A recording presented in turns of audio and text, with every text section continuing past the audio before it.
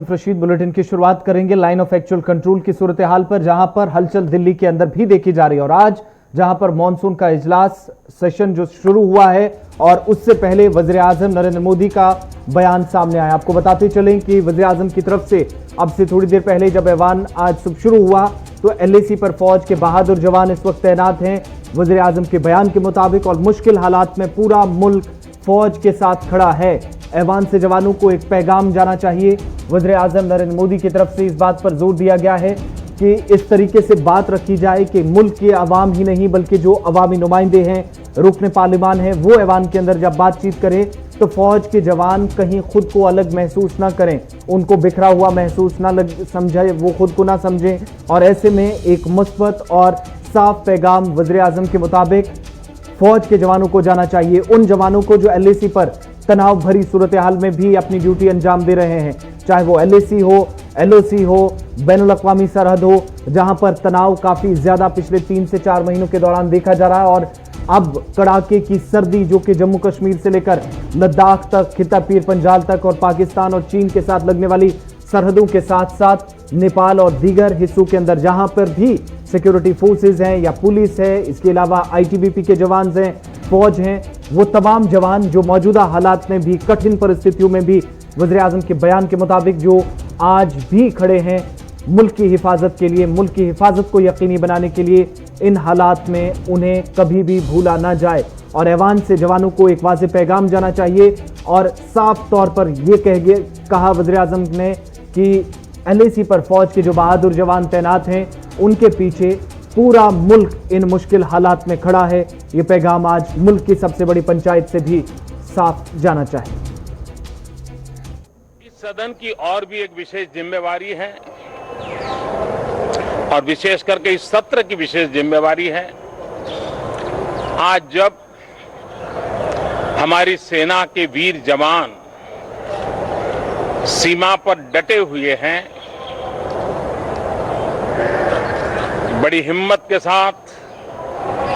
जज्बे के साथ, बुलंद हौसलों के साथ दुर्गम पहाड़ियों में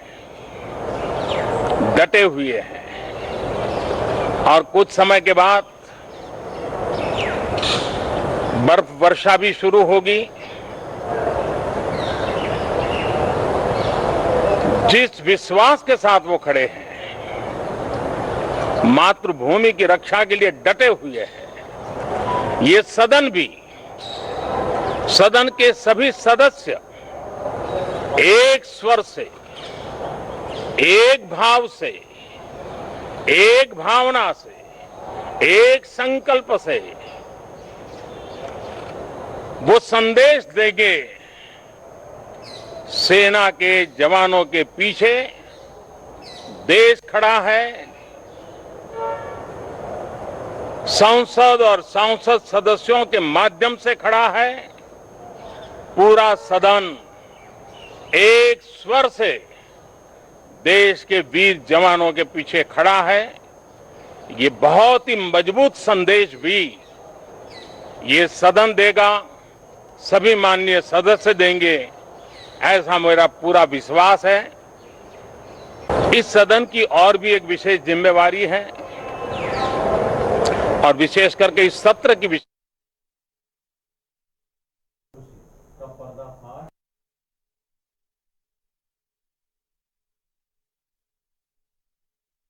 चलिए, वज़ीर आज़म का जहां पर मॉनसून सेशन से पहले उन्होंने मीडिया नुमाइंदों से बात की और कई अहम मामला जिन पर बात होने वाली है ऐवान में, लेकिन 2-3 अहम बातें उनकी तरफ से की गई कि मौजूदा परिस्थितियों में भी जहां पर इन हालात में मुश्किल घड़ी में LAC, बैनुल अक़वामी सरहद, लाइन ऑफ एक्चुअल कंट्रोल से लाइन ऑफ कंट्रोल तक की जो सूरत हाल है उस पर करीबी नजर बनाए रखना, इन हालात में भी सरहदों पर मुल्क की हिफाजत के लिए खड़ा रहना और उन जवानों के हौसले को सलाम किया जाना चाहिए। और इस ऐवान से भी वाज़ेह पैगाम जाना चाहिए कि सिर्फ अवामी नुमाइंदे, रुकन पार्लियामेंट जो हैं वो इस बहस मुबाहिसे के दौरान ये पैगाम ना दे बल्कि पूरा मुल्क फौज के जवानों के साथ खड़ा है। ये वाज़ेह पैगाम आज ऐवान की कार्रवाई से तमाम फौजी जवानों को जाना चाहिए। बढ़ते आगे, बात जब लाइन ऑफ एक्चुअल कंट्रोल की हो रही है तो आपको ये भी बताते चलें कि इस वक्त भारत और चीन के बीच कशीदगी के बीच एक और बड़ी खबर आ रही है कि चीन की कुछ कंपनियां जो लगातार मुल्क की अहम शख्सियात पर नजर रख रही हैं और जासूसी का इल्जाम चीन की एक कंपनी पर लगा है। बड़ी खबर इस वक्त जो एलएसी पर सूरत हाल है, उसके साथ साथ एक और बड़ी खबर आ रही है कि चीन की जासूसी का पर्दाफाश हुआ है और शिनजी नामी एक कंपनी जो कि मुल्क की कई अहम शख्सियात की जासूसी का इल्जाम इस कंपनी पर लगा है। वज़ीर आज़म से लेकर सदर हिंद समेत कई अहम शख्सियात जिन पर नजर लगातार रखी जा रही है और चीन की जासूसी का पर्दाफाश हुआ है। 10,000 से ज्यादा लोगों के डेटा पर चीनी कंपनी ने नजर रखी हुई है। बड़ी खबर इस वक्त हम आपको बता रहे हैं। वज़ीर आज़म, फौजी सरबराह, सदर हिंद, वज़ीर आला और दीगर कई बड़े लीडरान, कई सियासी चेहरे जिनका डेटा निकालने की कोशिश, जिन पर लगातार नजर रखी गई है इस कंपनी की तरफ से और जासूसी का इल्जाम इस कंपनी पर लगा है। 10,000 से ज्यादा लोग जिन पर चीन की इस कंपनी का नजर है। वज़ीर आज़म भी इनमें शामिल हैं। जो फहरिस्त है, वज़ीर आज़म समेत कांग्रेस के वरीय सदर सोनिया गांधी, चीफ मिनिस्टर जिनमें ममता बनर्जी का नाम सामने आया, अशोक गहलोत राजस्थान के वज़ीर आला, अमरिंदर सिंह, इनके अलावा उद्धव ठाकरे महाराष्ट्र के वज़ीर आज़म, साथ ही साथ नवीन पटनायक, शिवराज सिंह चौहान और दीगर कई अहम शख्सियात। वज़ीर दिफा राजनाथ सिंह का नाम भी इस फहरिस्त में आ रहा है जिनकी जासूसी चीन की एक कंपनी की तरफ से की जा रही है। रहमत कलीम हमारे साथ इसी खबर पे हैं। रहमत, क्या कुछ मजीद तफसीलात हैं इसमें? चीन की एक बड़ी कंपनी जिस पर जासूसी का इल्जाम लगा है। जी देखिए, बिल्कुल ये एक इंतहाई बड़ी कंपनी है। दुनिया के 20 मुल्कों में ये एक वक्त में काम कर रही है, लेकिन जो इस वक्त खबर मिल पा रही है कि अब तक के 9 मुल्कों में जासूसी का जाल बिछ चुका है और 9 मुल्कों में करीब 2.5 लाख बड़ी शख्सियात पर अब तक के निशाना बनाया इस कंपनी ने। और अमेरिका में 52,000 की तादाद बताई जा रही है, ऑस्ट्रेलिया में 35,000 की और हिंदुस्तान में 10,000 अजीम शख्सियात जो हिंदुस्तान के, चाहे वो बिजनेसमैन हो, पॉलिटिशियन हो या फिर मीडिया घराने से हो या फिर आर्मी चीफ हो, इन तमाम के डेटा पर बाकायदा तौर पर इनकी नजर रखी जा रही है। इन तमाम पर बल्कि खास नजर है। खासतौर से हिंदुस्तान की बात करें तो हिंदुस्तान के वज़ीर आज़म से लेकर के सदर हिंद रामनाथ कोविंद की बात करें या 15 से 16 रियासतों के वज़ीर आला हैं, उनके भी डेटा पर इनकी नजर थी। और साथ ही साथ हिंदुस्तान के वजारत की बात करें, सेंट्रल वजारत की, मरकजी वजारत की, तो मरकजी वजीर कानून के डेटा पर भी नजर थी। कांग्रेस की पूरे घराने पर, कांग्रेस गांधी परिवार पर पूरी तरह से प्रियंका गांधी हो, सोनिया गांधी हो, राहुल गांधी हो। और साथ ही साथ बात करेंगे तो ममता बनर्जी के हवाले से भी कहा जाए, ममता बनर्जी हो, अशोक गहलोत हो, अमरिंदर सिंह हो, उद्धव ठाकरे हो, नवीन पटनायक हो, शिवराज सिंह हो, इन तमाम के मोबाइल पर, चूंकि ये वज़ीर आला अपने अपने स्टेट के, इनकी भी मोबाइल, इनके भी डेटा पर नजर थी, इनके भी डेटा चोरी करने की खबर है। साथ ही साथ हिंदुस्तान के डिफेंस मिनिस्टर राजनाथ सिंह का नाम आ रहा है, वजीर कानून रविशंकर का नाम आ रहा है, वजीर मालियत निर्मला सीतारमन का नाम आ रहा है, मरकजी वजीर स्मृति ईरानी से लेकर के पीयूष गोयल का भी नाम आ रहा है। लेकिन सबसे इंपॉर्टेंट ये है कि chief of defence staff Bipin Rawat से लेकर के 15 फॉर्मर चीफ ऑफ आर्मी का भी नाम आ रहा है, नेवी और एयरफोर्स का भी नाम आ रहा है कि इन तमाम का भी की डाटा को भी पर चीन की रहमत, क्या ये जो कंपनी है इसके नुमाइंदे हिंदुस्तान के अंदर भी अभी भी काम कर रहे हैं?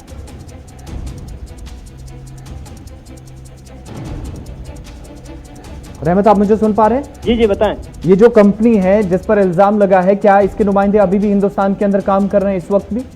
जी देखिए, बिल्कुल बिल्कुल, ये सेंजा जेनो डेटा इंफॉर्मेशन टेक्नोलॉजी कंपनी है और इस कंपनी को 2018 में बनाया गया था और 50 इसके एम्प्लॉयज हैं, ये खुफिया एम्प्लॉयज हैं इसके। लेकिन इसके की पार्टनर हैं कई मुल्कों में, चाहे वो सेसाई कंप्यूटर की बात करें या फिर सेथ बिग डेटा एकेडमी की बात करें, वांगटेक की बात करें, the international institute of technology and economic की बात करें या चाइना हैंगवेस्ट टेक्नोलॉजी ग्रुप की बात करें, ये सब इसकी की पार्टनर हैं जो दुनिया के 20 मुल्कों में काम करती हैं और ये खुफिया अपनी टीमों को रखती हैं। लेकिन सबसे बड़ी बात यह है कि हिंदुस्तान में जब से पता चला है कि 10,000 बड़ी शख्सियात का डेटा पर नजर रही है और अब तक की चोरी हुई है,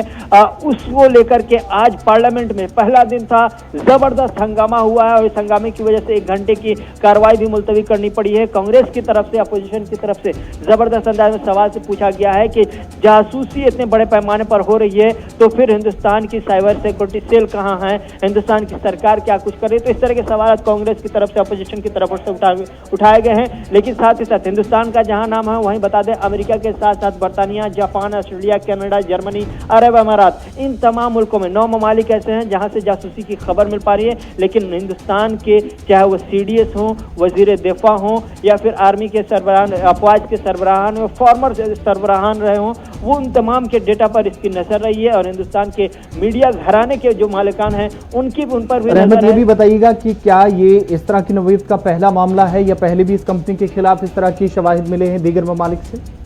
जी देखिए, बिल्कुल इससे पहले भी अमेरिका में इससे पहले इसके खिलाफ शवाहिद मिले थे, लेकिन इस बड़े पैमाने पर नहीं मिले थे जिस अंदाज में इस बार जो तादाद दिखाई 250 से 300 लोगों के जासूसी की खबर मिल पा रही थी। लेकिन इस बार क्योंकि हिंदुस्तान में 10,000 बड़ी शख्सियात पर छापा या यूँ कहिए कि उनके डाटा पर इनका छापा था या नजर थी, इसके बाद से ये मसला बड़े पैमाने पर सुर्खियों में आया है, जिसके बाद से हंगामा जारी है। और अब देखने वाली बात यह होगी कि सरकार इस कंपनी के खिलाफ क्या एक्शन लेती है और कांग्रेस की तरफ से पार्लियामेंट में इसी बात को लेकर के मुतालबा किया जा रहा है कि आगे कार्रवाई क्या होगी और अब तक कार्रवाई क्यों नहीं की गई। अगर साइबर सिक्योरिटी को पता था, अगर किसी भी नहीं सिर्फ खबर थी, तो फिर अब तक कार्रवाई की नहीं, क्यों नहीं हो पाई है। बहुत शुक्रिया रहमत तमाम जानकारी के लिए। तो चीन की एक और कंपनी जिसका पर्दाफाश हुआ है और जासूसी का इल्जाम, 10,000 से ज्यादा शख्सियात हिंदुस्तान के अंदर जिनके डेटा पर इस कंपनी की नजर थी, और वज़ीर आज़म हो, सदर हिंद हो, वज़ीर दिफा, वज़ीर दाखिला समेत वज़ीर खजाना, तमाम लोगों पर और बड़ी अहम शख्सियात जो हैं उनके डेटा चोरी करने और उन पर करीबी नजर बनाए रखने का इल्जाम इस कंपनी पर 2018 से कंपनी काम कर रही है। और अब तक ऐसे 9 ममालिक हैं जहां पर लाखों लोगों पर जो है नजर इस कंपनी की तरफ से रखी गई है, जिनकी जासूसी हुई है। ऑस्ट्रेलिया में 35,000 से ज्यादा, अमेरिका के अंदर 52,000 से ज्यादा और हिंदुस्तान के अंदर 10,000 लोगों की एक फहरिस्त, जिसमें वज़ीर आज़म और सदर हिंद समेत कई लीडरान शामिल हैं जिनकी जासूसी इस कंपनी की तरफ से की जा रही है। बढ़ते आगे बात जब मशरक़ी लद्दाख की, और इस लद्दाख का मामला जिसे लेकर सबसे ज्यादा इस वक्त ये खबर जो सुर्खियां बटोर रही हैं, और इस बीच भी तनाव आज करीब 4 माह के बाद भी LAC पर जारी है। लेकिन इसी तनाव को कम करने के लिए बातचीत का रास्ता भी इख्तियार किया जा रहा है। और एक साथ हम 2 खबरें आपको बता रहे हैं कि इस वक्त जहां पर तनाव को कम करने के लिए बातचीत का रास्ता इख्तियार करने की कोशिश है, इसी हफ्ते के आखिरी दिनों में एक और फौजी सतह की बातचीत लाइन ऑफ एक्चुअल कंट्रोल पर हो सकती है। तो दूसरी तरफ इस तनाव के बीच चीन और अमेरिका भी आमने सामने हैं, और चीन की तरफ से इल्जाम आयद किया गया है कि अमेरिका आलमी अमन के लिए खतरा है। और अमेरिकी अखबारात की तरफ से और साथ ही साथ सदर ट्रंप की तरफ से गुज़श्ता रोज दिए गए चीन के मुतल्लिक के बयान की तरदीद करते हुए इस बयान को बेबुनियाद जरूर करार दिया गया। लेकिन साथ ही साथ अमेरिकी रिपोर्ट पर चीन ने सवाल उठाए और अमेरिका को आलमी अमन के लिए खतरा करार दिया है। जहां पर LAC पर पुरतनाव सूरत हाल है, वहीं दिफाई तज्जिया निगार इस सूरत हाल के मुतल्लिक क्या कुछ कहते हैं वो भी आपको जरा दिखाते हैं।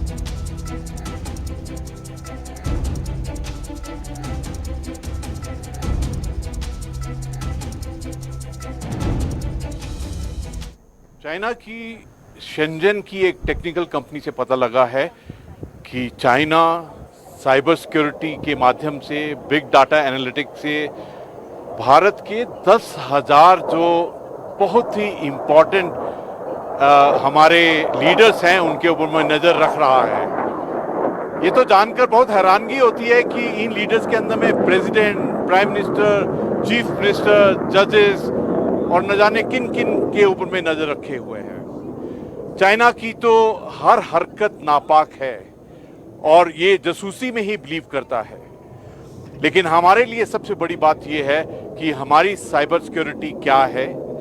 हमारी साइबर अवेयरनेस क्या है, प्रोटेक्शन क्या है और किस प्रकार से हमने अपनी साइबर सिक्योरिटी बनाई हुई है। चाइना तो हर वक्त अपनी यही नापाक हरकतें करता रहेगा। और बड़ी बात यह है कि चाइना ने तो अपने लोगों को ही नहीं बख्शा है, उन्होंने तो अपने हर एक नागरिक के ऊपर में सर्वेलेंस की गई है। और ये जो बिग डाटा एनालिटिक्स है, अपने आप को बोलता है कि ये साइबर के इलाके में बहुत बड़ा हुआ है, इसने बहुत प्रोग्रेस की है, लेकिन इसका नापाक इस्तेमाल करना तो चाइना की एक स्ट्रेटेजिक पॉलिसी और एक स्ट्रेटेजिक इंटेंशन की एक एग्जाम्पल है। और देखिए, एक एक करके जो चाइना का झूठ है, फरेब है, नापाक हरकतें हैं, और स्पेशली इन इलाकों में जिसको हम सोचते हैं कि एक टेक्नोलॉजी एडवांसमेंट जिससे कि पूरे मानवता के लिए फ़ायदा हो सकता है, उसका जो गलत उपयोग करने का जो चाइना की इंटेंशन है, मैं तो ये कहूँगा ना केवल भारत के ऊपर में अगर आप बारीकी से इस स्थिति को देखें तो अमेरिका ने भी चाइना के ऊपर इल्जाम लगाया है कि उनके आने वाले इलेक्शंस को मद्देनजर रख के चाइना उनकी साइबर जासूसी कर रहा है। न जाने चाइना का ये नापाक हरकत, ये जासूसी करने के स्टेट पॉलिसी कब खत्म होगी। लेकिन एक बात पक्की है कि चाइना ने अपनी ही बेइज्जती, अपना ही जो स्तर है इतना गिरा लिया है कि इसको इस चीज से उभरना पड़ा। अब बात वादी कश्मीर की, जहां पर शुमाली कश्मीर के बारामूला जिले के पट्टन इलाके में आज फोर्सेज ने एक आईडी को नाकारा बनाया। फोर्सेज की गश्ती पार्टी जिसको मुश्तबा शय नेशनल हाईवे पर मिली थी और इसके बाद कार्रवाई अंजाम दी गई और बम डिस्पोजल स्क्वाड को आईडी नाकारा बनाने के लिए यहां मौके पर बुलाया गया। श्रीनगर लेह कौमी शाहरा पर, माफ कीजिएगा, श्रीनगर बारामूला कौमी शाहरा पर जिसे गाड़ियों के आमदोरफ्त के लिए कुछ देर तक बंद किया गया, आईडी को नाकारा बनाया गया और इसके बाद फोर्सेज ने यहां पर दोबारा तलाशी कार्रवाई लेकर ऑपरेशन शुरू करने के बाद अब थोड़ी देर पहले गाड़ियों की आमदोरफ्त को दोबारा बहाल कर दिया गया है। शाहरा को ट्रैफिक के लिए खोल दिया गया है, लेकिन कुछ देर के लिए यहां पर ट्रैफिक मुतासिर हुआ। उस वक्त गाड़ियों की आमदोरफ्त रोकी गई जब यहां पर सड़क के किनारे पर एक बॉक्स मिला और इस बॉक्स में आईडी पाए जाने पर बम डिस्पोजल स्क्वाड ने इसे नाकारा बनाया।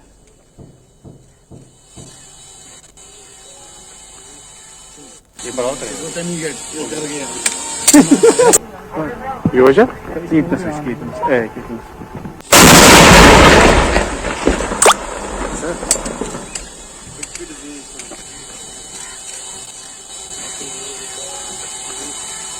ये बढ़ाओ करें।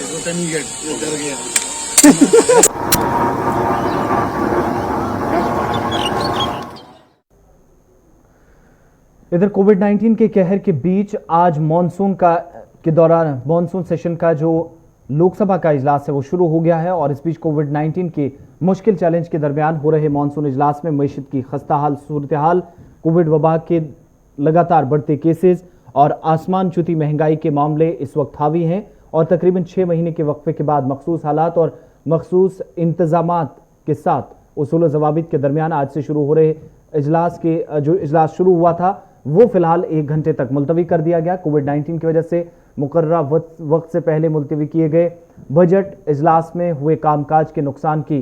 तलाफी जो कि बताया जा रहा है इस इजलास के जरिए भी करने की कोशिश रहेगी, लेकिन शुरुआती दौर में ही हंगामा देखने को मिला और इस हंगामे के बीच अब दोबारा से एक बार फिर इजलास के दौरान आज कार्रवाई जब शुरू हुई तो उस वक्त 1 घंटे तक के लिए इसे मुलतवी करना पड़ा कार्रवाई को, जब यहां पर हंगामा देखा गया और उन सभी लोगों को याद किया गया, खराजे अकीदत पेश किया गया जो आज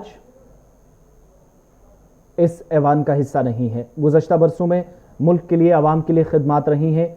जिनमें मुल्क के साबिक सदर प्रणब मुखर्जी गुज़श्ता दिनों जिनका इंतकाल हुआ, साबिक वजीर और भारतीय जनता पार्टी का एक अहम चेहरा अरुण जेटली समेत कई दीगर सीनियर रहनुमाओं को भी याद किया गया, सुषमा स्वराज को भी याद किया गया और खराज अकीदत पेश किया गया और सबसे पहले उनके लिए भी चंद लम्हात गुजारकर वज़ीर आज़म समेत तमाम लीडरान ने उन्हें याद किया।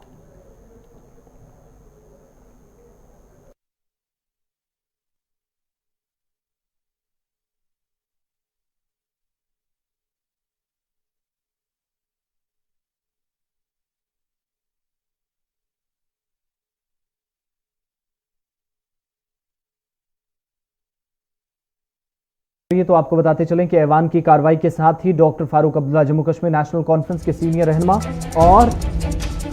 रुकन पार्लियामेंट 1 साल बाद पार्लियामेंट पहुंचे हैं डॉक्टर फारूक अब्दुल्ला।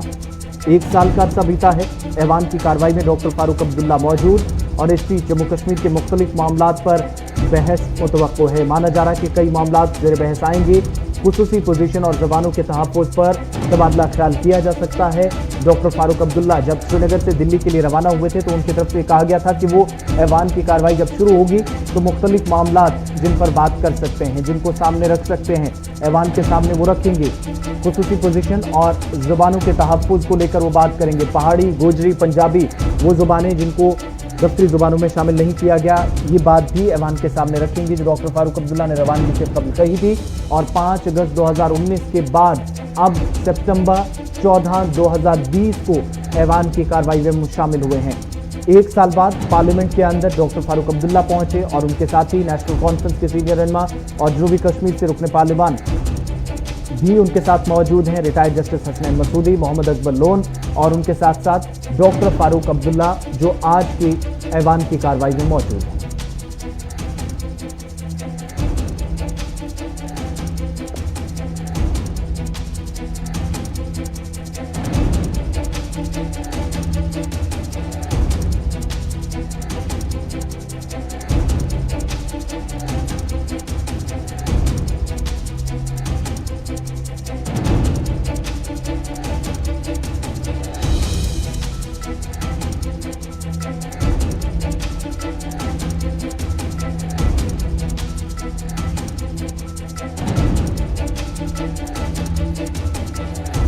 बाद डॉक्टर फारूक अब्दुल्ला पार्लियामेंट में पहुंचे और आज की कार्रवाई में भी मौजूद रहे। पहला सत्र जिसके बाद ऐवान की कार्रवाई को मुलतवी किया गया 1 घंटे तक। इसमें doctor Farooq Abdullah, retired justice Hasnain Masoodi और मोहम्मद अकबर लोन भी आज की ऐवान की कार्रवाई में इस वक्त मौजूद हैं। थोड़ी देर बाद दोबारा ऐवान में पहुंचेंगे और इस बीच हमारे साथ इस वक्त executive editor Ishfaq Gauhar phone.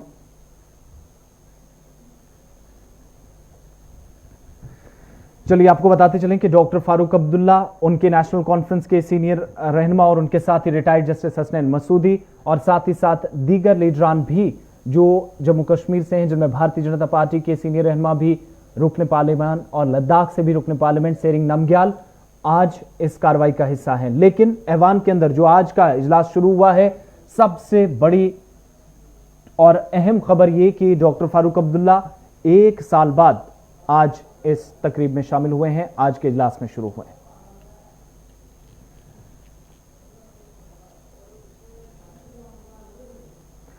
इधर लोकसभा के मॉनसून इजलास से कबल रद्दअमल भी सामने आए हैं। कांग्रेस के सीनियर रहनुमा गुलाम नबी आजाद का कहना है कि मुल्क के सामने कई बड़े चैलेंजेस हैं जिन पर तबादला ख्याल करना वक्त की अहम तरीन जरूरत है। सवाल सरकार की निंदा करने का ही नहीं है, इसमें कई कमियां हैं, वो कैसे दूर हो सकती हैं, शायद सुझाव बहुत आ जाएंगे और सरकार को भी उसमें लाभ हो जाएगा। इधर से चीन और लद्दाख में हमारी फौजें आईबॉल टू आईबॉल हैं, एक दूसरे के आसपास हैं, एक तनाव का माहौल कई महीनों से बना है। उस पर भी चर्चा करना ज़रूरी है कि सरकार क्या कर रही है और उसमें विपक्ष का कहाँ और सदन का जो सुझाव आएंगे उन सुझावों को भी सुनना बहुत ज़रूरी है सरकार के लिए भी, और अपने आप में जानकारी हासिल करना भी एक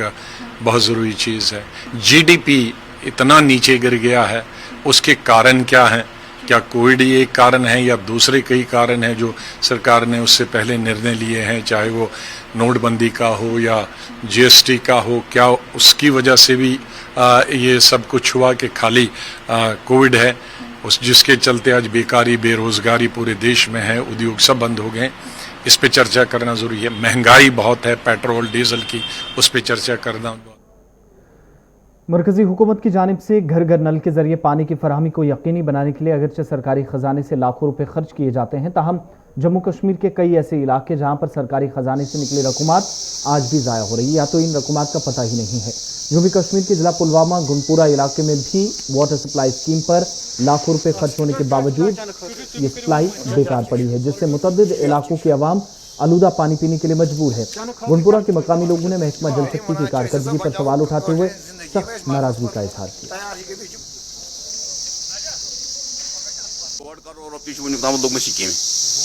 चन लायक आब कहें कल हूं आब पुलवाम सोरे वसान तथ क्या करो जुजो कदरत ट्यूबवेल अत 17 लाख रुपये 17 लाख रुपये दिक 19 लाख रुपये वो ठेकेदार अत लग 17 लाख रुपये डिपेंस अत लागन आयरन प्लांट न लोग आयरन प्लांट न क्या यह आब वन यह जहर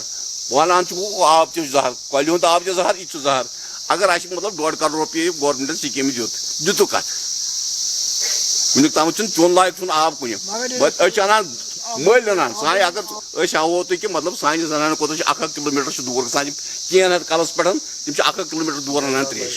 डिमांड त्रेश अगर 1.5 करोड़ रुपये लोग स्कीम लोग 1.5 करोड़ रुपये ती लोग त्रेश खतर त्रेश मतलब अगर बचे तम वो ठेकेदार बचे 17 लाख रुपये प्लांटस तम 17 लाख रुपये अत त्रा तम